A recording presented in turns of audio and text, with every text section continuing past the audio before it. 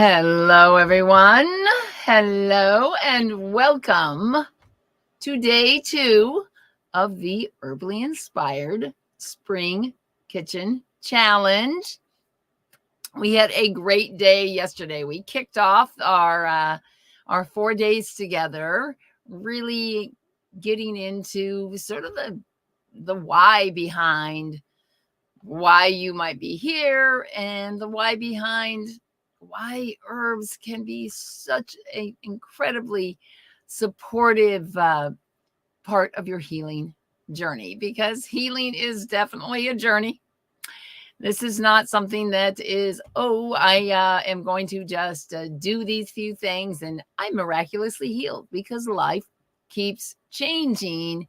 And so the purpose of this week together is to give you the skills and the tools and, well, even the curiosity to think about, wow, how could I create something a little bit different? How could I make a shift in my health just by adding a few helpful herbal allies? I told you that's what I like to call the plants that come into our life. How can I just bring a few herbal allies in to help me improve my quality of life? So welcome everyone to day 2 of the Herbally-Inspired Spring Kitchen Challenge. My name is Allison McGill, and I am an herbalist, and I was a teacher for a while, and I've done a bunch of different things, but my greatest love has always been in the plant world. And ever since I was a little kid, sitting in my parents' garden, eating dirt clods and snapping beans and just playing out in the wild places in my neighborhood where I grew up.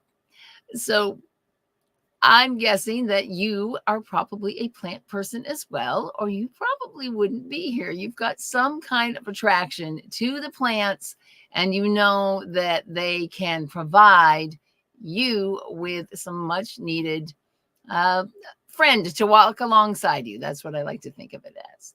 So if you're watching live, or even if you're on the replay, please put your name in below and let me know where you are watching from.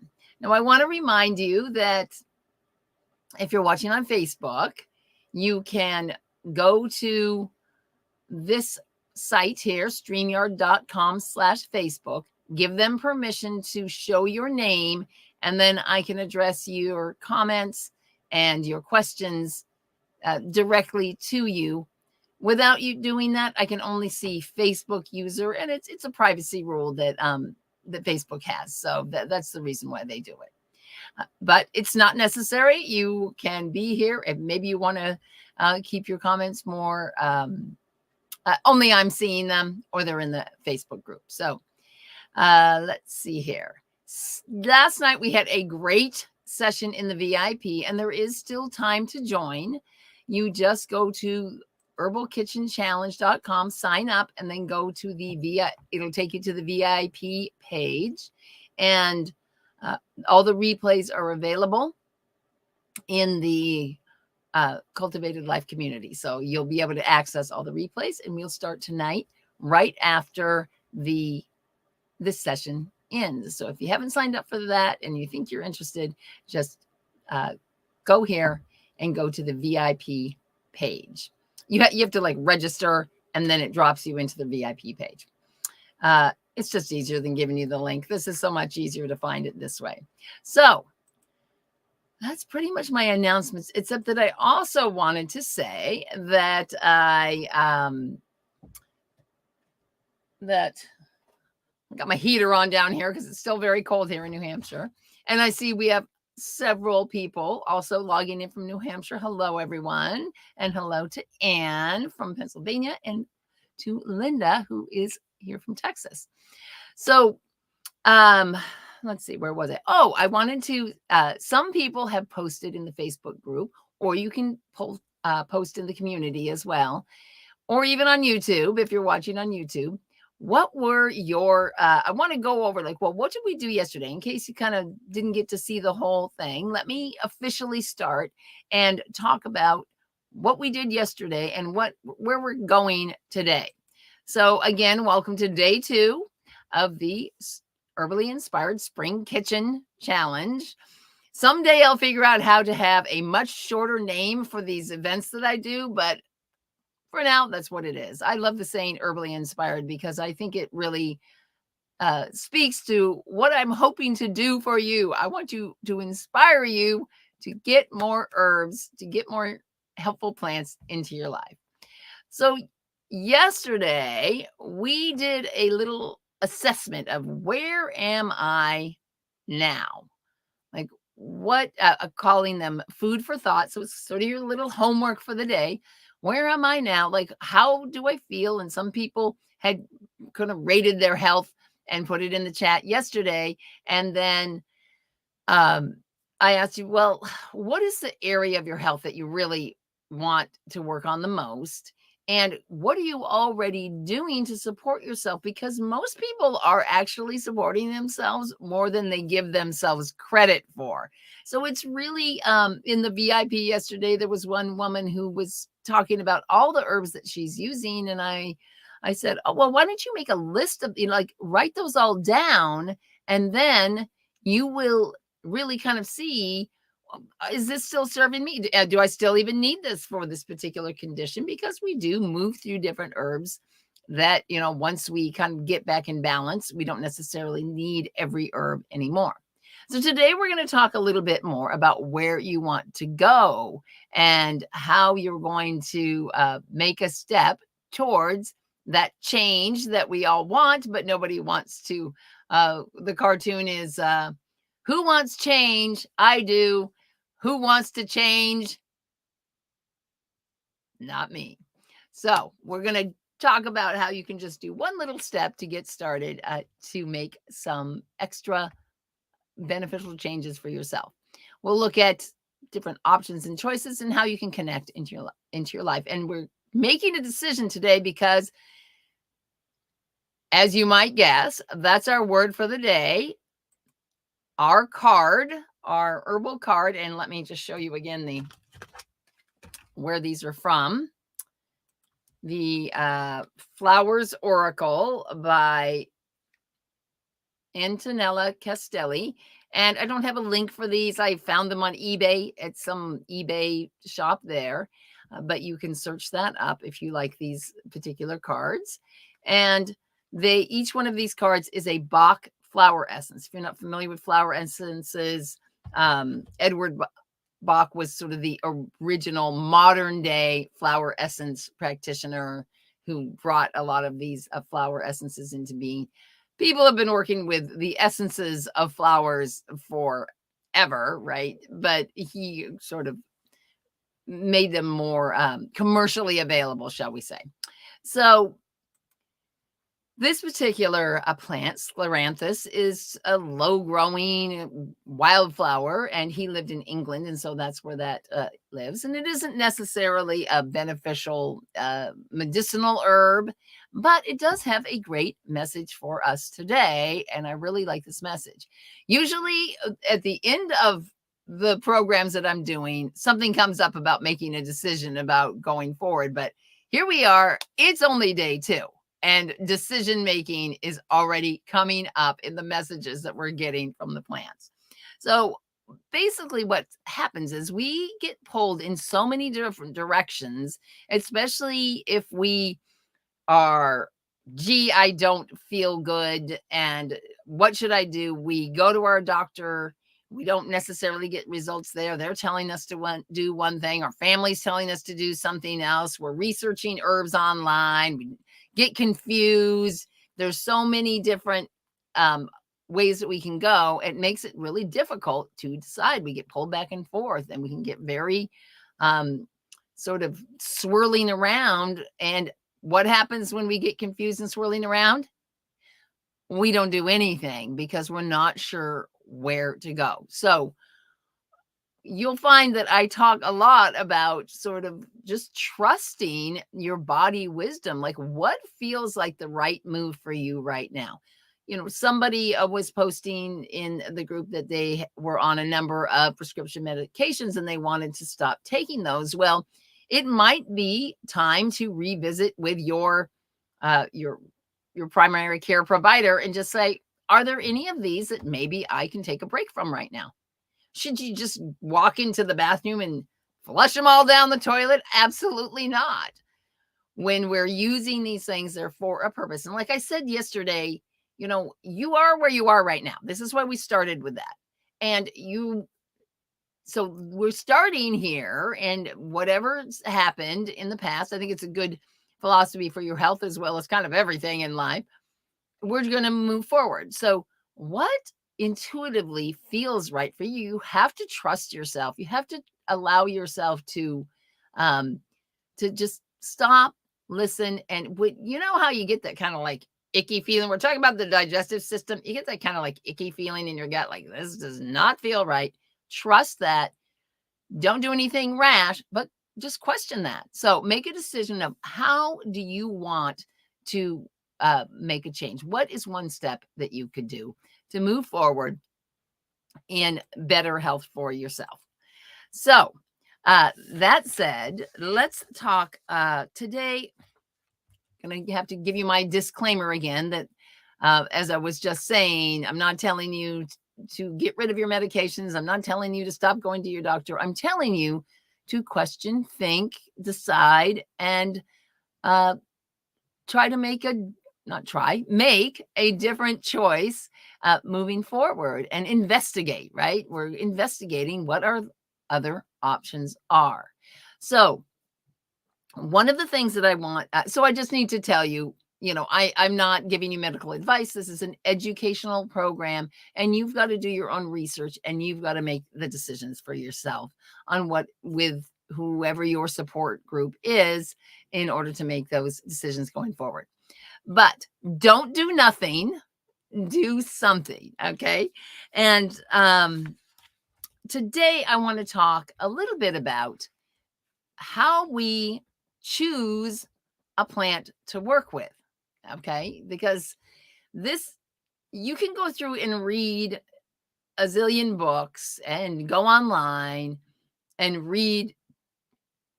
We're talking about the digestive system this week. So let's say you have bloating, for example, kind of a chronic bloating, and you're trying to figure out what to do with that. And so you can get a list of a whole bunch of herbs that you could possibly work with. And so the way that things usually work out, I like to look at sort of 3 different points that we're considering when we're looking for a new herbal ally. And this is a different point than, or a different approach than, oh, I have a cold right now. I've got an infection of some sort. We're going to use something for an acute care that's different than a more chronic condition. Acute care is something we know we're going to want to get on right now, and that requires a relatively good herbal apothecary in your herbal pantry, that I like to call it. But if you're looking to work with 1 or 2 plants initially for a more chronic condition, then this is the approach that I like to take when I am helping people to decide what to do. So the first thing is to look at what's wrong, right? So what are the symptoms? What do you notice about it? And if it's something for your digestion, then you need to pay attention. When is this happening? What else is going on? Is it a certain food? And what are the specific symptoms? Because depending on, you can say, oh, I have a stomach ache, is very different than I'm having gas, or I'm having bloating, or I'm feeling kind of nauseous. I mean, those are different types of stomach aches, right? So you need to be really sort of consider, what is my symptom in my condition that I'm having right now? Then the next thing you're going to look at is, I want to forget something. Look at my, yes. Okay.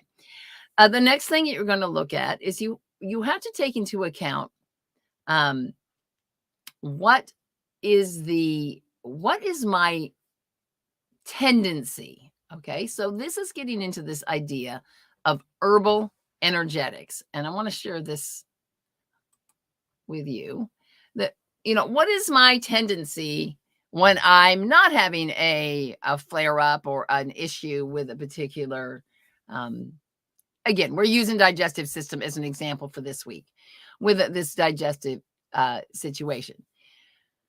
What kind of person am I? And this is sometimes referred to as a personal constitution. And so are you a person that tends to be hot or tends to be cold? I'm the type of person that always has cold hands, tend to have cold hands and feet.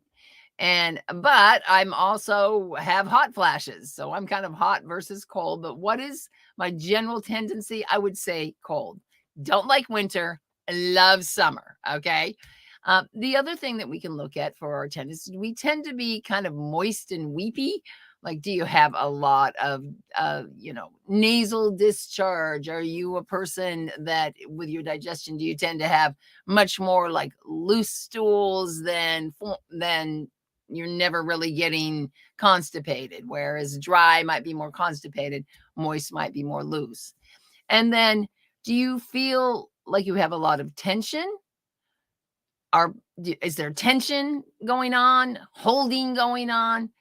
Pain, when we have a lot of pain and inflammation, sometimes we can get a lot of tension along with that. Or do you tend to be more loose?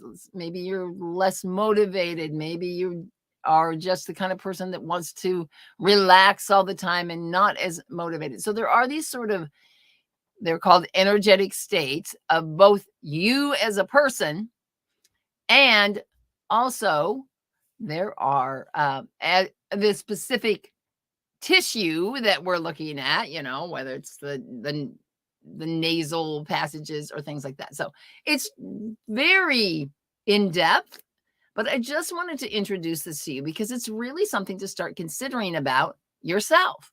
Well, what are my tendencies? And what is my basic constitution, and what do I like? And, what am I sort of naturally attracted to? And how do different foods that I eat or different situations that I'm in affect how I feel? And, of course, we can put these all together. One of the great, places to learn more about this, if you're interested in it, is to look at the Ayurvedic tradition of holistic medicine. So within that tradition, there are 3 different constitutional types: the Vata, Pitta, and Kapha, which have physical characteristics and more like physiological characteristics and things like that. And so that's a nice place to look if you're trying to. There's always quizzes out there that you can take to find out what your constitutional type is. And then, of course, so if you have let's use an example. So let's say I've got some heartburn, right? Heartburn. This is hot. Now, what I'm going to want to do is use something to cool me down.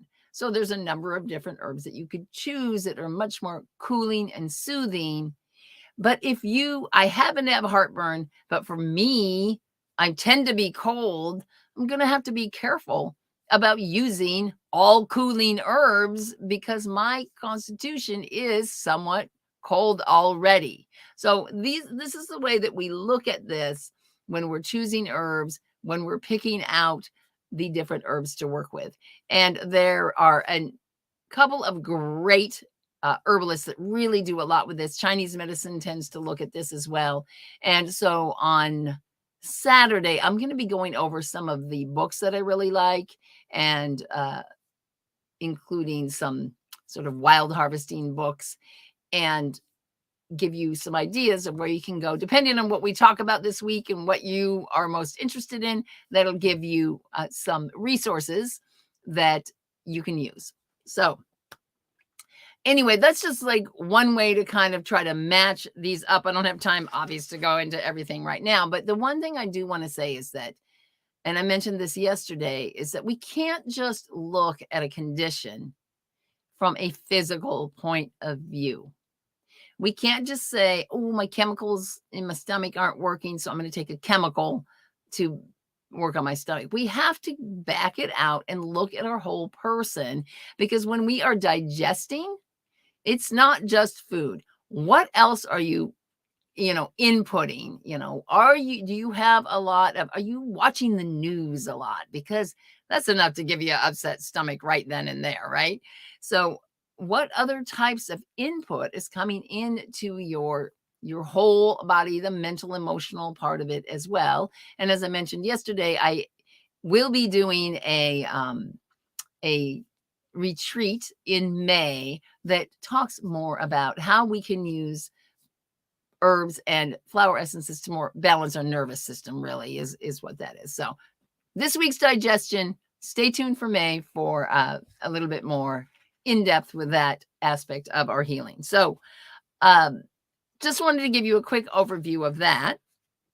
And let's see here. Yeah.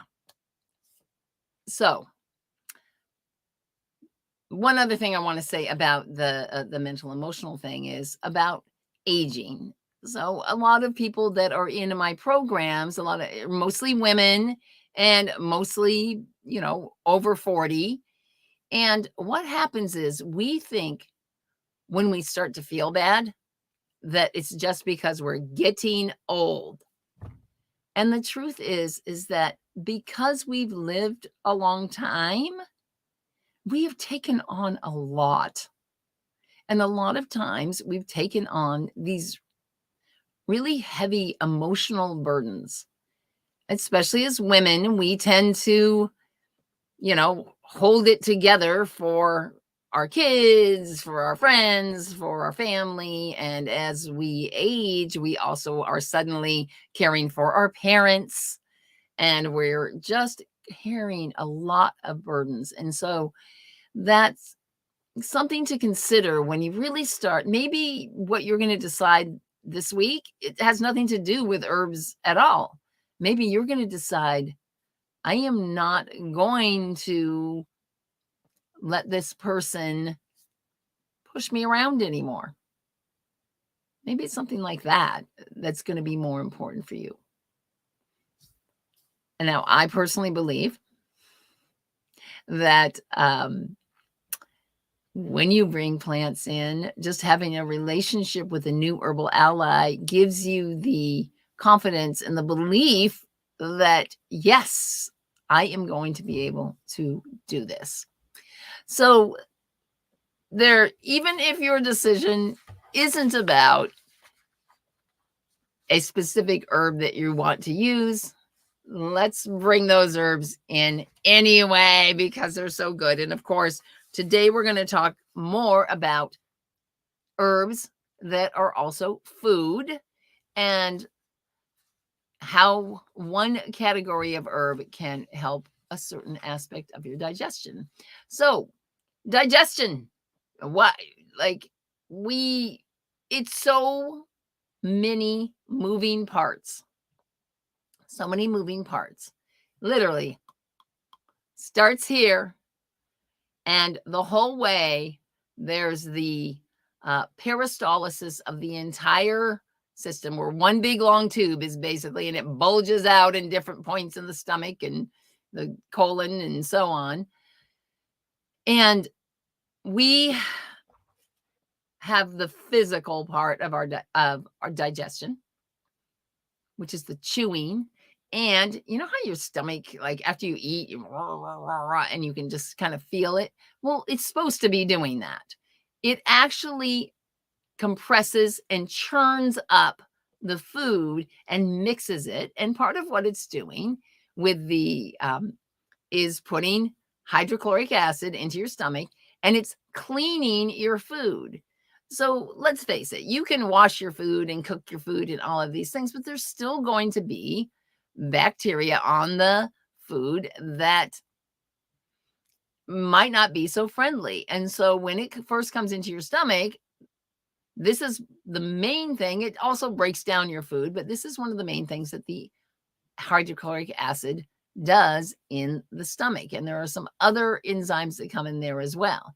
Then once it's broken down, it gets squeezed along into the small intestine. And at the very beginning of that is when a lot more of these digestive enzymes are sort of squirted in to the intestine from the pancreas and from the liver. And we talked a little bit about the liver yesterday, and everyone's familiar with bile, but there are a bunch of different enzymes and they all have a different purpose. Some of them break down starches, some of them break down sugars, some of them break down proteins, and so if you're a person that tends to have a indigestion, right, you might consider trying to eat a lot fewer categories in one meal.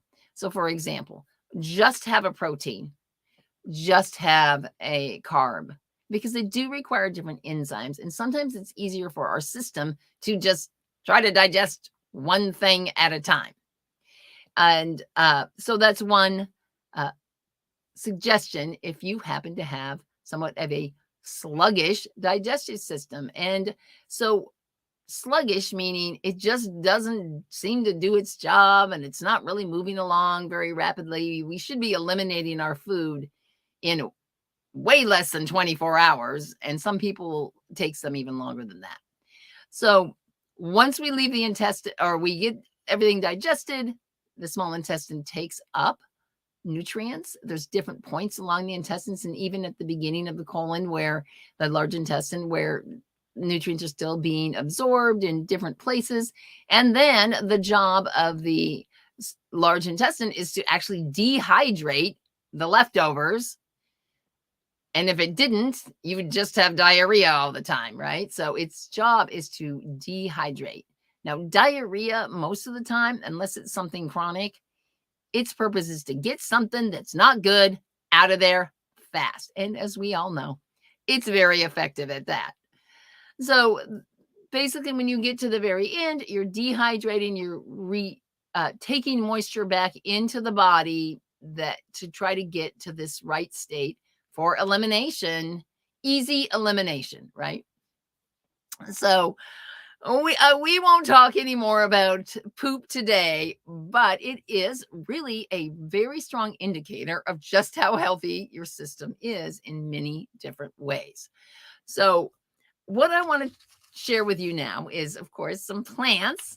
And these are the plants that are mostly for a more sluggish digestion that we want to try to stimulate it a little bit more. Now, like I was saying, the Ayurvedic practices, which I've studied a fair amount for my own self. I don't use Ayurvedic herbs. I use mostly the herbs that I can just grow or obtain, close to where I live. But there's a lot of great information about digestion within that practice as well. And one of the things that is that they talk about is what's called Agni. And this is the digestive fire. So this is the ability of the system to sort of kick into gear and get going and, clean and pummel and digest whatever you're putting into the system. And so one of the most important things is that your system can warm up to the right temperature. Things are going to activate more when it's warm. And we were talking last night, I think it was last night in the VIP about, maybe it was yesterday, about really, a lot of people really love drinking ice water. And when you cool down your system like that, you're kind of putting out the fire. Think of it just like putting out a fire. Dump a bunch of cold water on it, it's going to put out your fire. So you need to, one suggestion, if you have a sluggish digestion, is to just make sure you're not drinking a lot of cold drinks when you're eating, and also to eat more warmed foods. I prefer cooked foods. I know a lot of people love salad and raw kale, but I really much prefer cooked foods. And if I'm going to eat raw kale or a lot of these raw vegetables, I much prefer making them into a smoothie that's already completely ground up and easier for me to digest. So these are the types of things that you can consider. These are your ways that you can help yourself with your digestion just simply by thinking about how you prepare your food. Now, look at all these great tips I've given you, and we haven't even talked about herbs yet. Isn't that awesome? But we're going to talk about some herbs now. And so we're going to talk about some warming herbs. And I've got a couple things here. The first one you probably will recognize, and that is ginger. And now ginger has just like so many different properties, but it is warming and stimulating. And so if you're a person that has a tendency towards ulcers or heartburn or things like that are hot, this kind of energetics that we were talking about earlier, then ginger might not be a good idea for you. You can always try it and you'll know right away whether it's good for you or not, right? So ginger, some people are really obsessed with peeling the ginger and making sure that, all the skin comes off of it. But if you just wash it, that is usually good enough. And you can pulverize it up and just put it in what you're cooking. You can cook with it in big pieces and pull it back out. And then I actually like to make, if I'm drinking coffees or some sort of like the dandelion root tea, what I'll do is I'll take ginger and I'll put it in the blender, and I will just blend up some ginger in with my morning hot beverage. And that really helps to sort of stimulate my system for the day. So I don't like to eat like a giant piece of ginger. I remember making some fermented vegetables one time, a ginger carrot ferment, or like the ginger squash soup, and people put the ginger in there and you're like, I mean, it's hot. It's not like a pepper, but it can be very hot even on your mucous membrane. So if you have very sensitive mucous membranes like your lips and things like that, then again, ginger may not be the best thing for you. Speaking of hot, our next kitchen plant is cayenne pepper. And these are some peppers I grew this past summer. And I made them into a salve. I made them into a fire cider. I use them for all kinds of different things. And I still have a few of them left. I gave some to a local chef, and hopefully he used those in his kitchen. And so cayenne is another hot, stimulating type of a plant for your digestive system. Now, would I eat an entire pepper? No, I don't like these super hot foods. So I would not eat. A friend of mine was visiting when these were ripe last summer, and he literally was eating them like a snack. And I just thought, wow, okay, you definitely have a different constitution than I do, right? So cayenne pepper can be very warming and really stimulating to your digestion, and it has a lot of other great properties as well. It's great for circulation, and this is why I made it into a salve. If you are, I haven't tried it like on my hands yet. I don't want to accidentally put cayenne pepper into my eye if I forget and scratch my eye, right? But cayenne pepper is another very warming herb for your digestion. Now, both of these herbs I just talked about, especially cayenne but also ginger, they're pretty strong and pretty intense warming herbs. So you might think about something that's a little bit milder, but it's still warming. And for that, we actually have the plant. And I want you to put into the chat, do you recognize this plant? I grew these this last summer, this is the second winter I've kept this alive. Yay me. Where I live, this does not winter over consistently. For example, this year we had some really cold weather without snow cover, and that would definitely take this out. And yes, we have some winners. Rosemary, it is. And I wish you could be here because this is just like so yummy smelling. I love it. So rosemary is one of the best herbs you can bring into your life. If you're not a rosemary using person, you really should consider, at least, you don't have to grow your own plant, but I would suggest to you that you start buying rosemary in the produce section of your grocery store. Because when we get dried herbs, for example, like let me just snip one of these off here. I'm from Oregon originally, and my family all still lives out there. And they have these massive rosemary plants. They're like, I don't know, they're like 3 feet tall. And so every time I go out to visit, I'm always bringing back a big bag full of rosemary. But rosemary is another gently warming herb. And what it does is it helps to, the truth is I'm doing this and thinking, you know what, tomorrow I'm bringing a cup of rosemary tea to the session. So just simply by drinking rosemary tea. Now that might sound kind of weird. You're like, rosemary tea? Well, isn't that a culinary herb? Yeah, it is, but it also makes a good tea.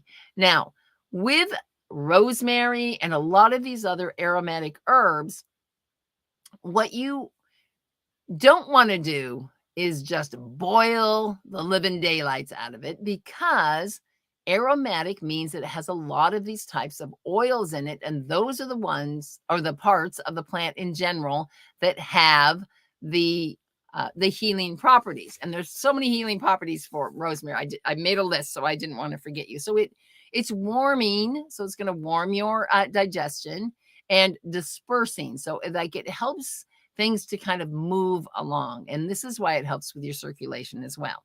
It also has, so a lot of culinary herbs that we are familiar with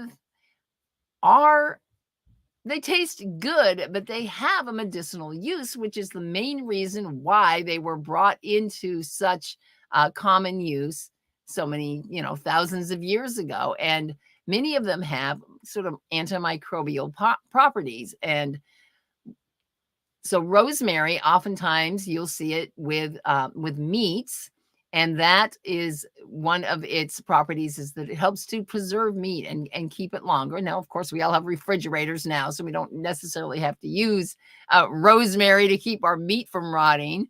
But that was one of the traditional uses, as well as some of these other culinary herbs like thyme and sage also have a lot of those properties. And all of these are in the mint family. And as you know, mint is very volatile smelling. And so it also has, so these all have lots of lovely oils that are good for us.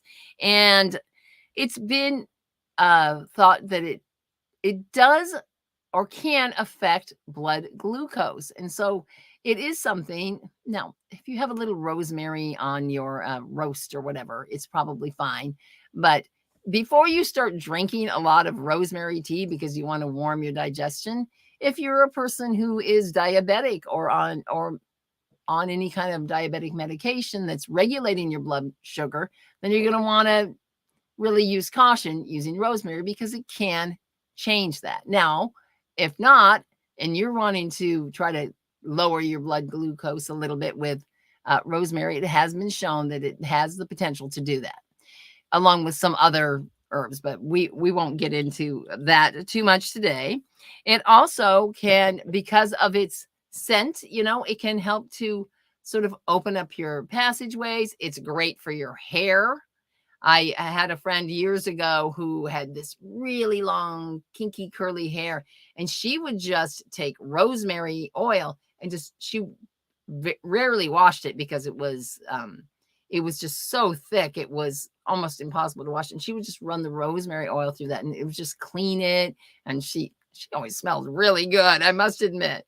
So just a simple kitchen herb like rosemary is something that you can easily bring in all the time. Now, enough about rosemary, because I have one more plant that I want to share with you today, and I'm going to use the slides for it because I don't have, everything's covered in snow. And so let me bring those back up. And that plant is called yellow dock, sometimes curly dock. And this is a great digestive herb. So it's very bitter. And in fact, I told the story recently about how I thought, wow, apple cider vinegar is good for the digestion, as well as getting all the rosemary leaves off my table, as well as yellow dock. So I'm going to make a yellow dock infused vinegar. Won't that be great? Well, let me tell you, it is a bitter herb, and I couldn't take it. I could not take it. So yellow dock is often used as like an alcohol extract because it is a very, very strong flavor, as many roots are. Unlike dandelion, which is mild enough that we can actually put it in a tea, and it's actually quite palatable. It also is a mild laxative, and so it just helps to kind of encourage things to move south, okay? It's not really have a very strong action on the peristalsis, which is basically the undulating and moving of the squeezing of our intestines. So it's relatively safe. It's also helps with liver support, and particularly, the gallbladder as well. And it has been shown to help with skin conditions. And this is probably because it helps to clean the liver. And when the liver is overworked and it can't detoxify, then what happens is the body's like, I got to get rid of this stuff. And it starts to put it out through the skin. So teenagers get acne because they've got so much growing and changing and things happening in their body. The liver's just like, okay, I need some help here, and puts out through the skin. But the other thing that I love about it, and I want to read this quote for you from Euell Gibbons. If you're an older person like me, you probably remember Euell Gibbons. And he talks about how nutritious yellow dock is. And this is what he says, that we'll be talking a little bit more tomorrow about kind of spring cleanse and the weedy plants that were traditionally used to do a spring cleanse. And this is what he says, is that there are certain toxins and other impurities that the body, here, let me take this down so it's easier to hear what I'm saying if you see my lips moving. There are certain toxins and other impurities that the body ordinarily eliminates by first combining them with ascorbic acid, which is vitamin C. And so in the olden days, our winter diet consisted of things that just didn't have very much vitamin C in them because it doesn't last. It degrades quickly. It has to be in more of a fresh form, right? So like dried and salted foods. And so what would happen was, because the dock leaves and a lot of these other spring greens are so high in vitamin C, they would interact with the toxins in the spring, and they would help to, it kind of interacts and it helps to eliminate it from the body. So it's very nutritious and really high. A lot of these wild weeds are high in vitamin C, and that's one of the reasons why they're used as the spring cleansing tonic. But more about that tomorrow. And then the last thing I wanted to share with you today was, yesterday we talked about dandelion, and today I'm talking about yellow dock. And to the novice eye, you might say, well, how in the world am I supposed to tell the difference between these? This is one of the things I talk about in my Weedy Wellness course, which is going to be opening up next week. And I'm going to tell you more about it tomorrow. We talk about sort of getting used to looking at the shapes of plants and the shapes of flowers and the leaves and all the different parts so that you can start to identify the differences between different types of plants. So this is our dandelion. And yesterday I showed you how it has, you know, the dent de lion, which means tooth of the lion. And so it has those indents along the leaf margin. So the leaf margin is the margin means the edge of the leaf, kind of like the margin of the paper, right? And so this is the yellow dock. Then I just zoomed in here and you can see that along the edge, I need a little pointer thing on here. I don't have that. You can see that there's edges of these leaves are smoother. Now, this picture I took out in my garden a couple years ago, and it was early spring, and so it still hasn't totally greened up for the springtime. But that is one of the main differences between the yellow dock and the dandelion. Now, yellow dock also, it's sometimes called curly dock.